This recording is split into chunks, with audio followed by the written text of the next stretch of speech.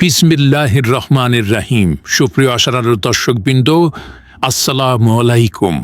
একদিন হযরত মূসা আলাইহিস সালাম আল্লাহর সাথে কথা বলছিলেন। হঠাৎ আল্লাহ তাকে বললেন, হে মূসা, তোমার জাতির মধ্যে একজন পাপী নারী আছে, তাকে বলো সে আল্লাহর রহমত থেকে বঞ্চিত। হযরত মূসা আলাইহিস সালাম অবাক হলেন এবং ভাবলেন, কে হতে পারে সে? তিনি যখন তার সম্প্রদায়ের মাঝে গেলেন, তখন এক নারী কাঁদতে কাঁদতে তার কাছে এলো এবং বলল, হে আল্লাহর নবী, আমি এত গুনাহ করেছি যে আল্লাহ কি আমাকে ক্ষমা করবেন? হযরত মূসা আলাইহিস সালাম জিজ্ঞাসা করলেন, তুমি কি এমন গুনাহ করেছ?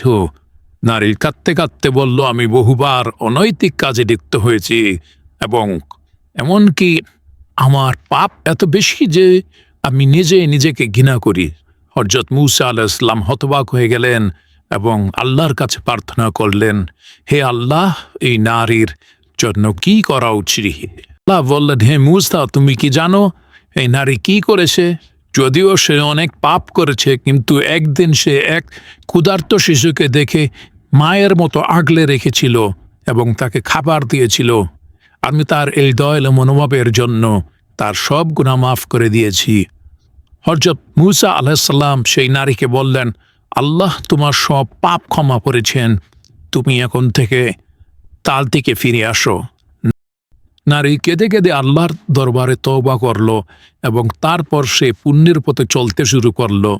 এই গল্প থেকে আমরা শিক্ষা অর্জন করি যে আল্লাহর দয়া এত বিশাল যে সত্যিকারের তওবার মাধ্যমে যে কোনো পাপ ক্ষমা হতে পারে।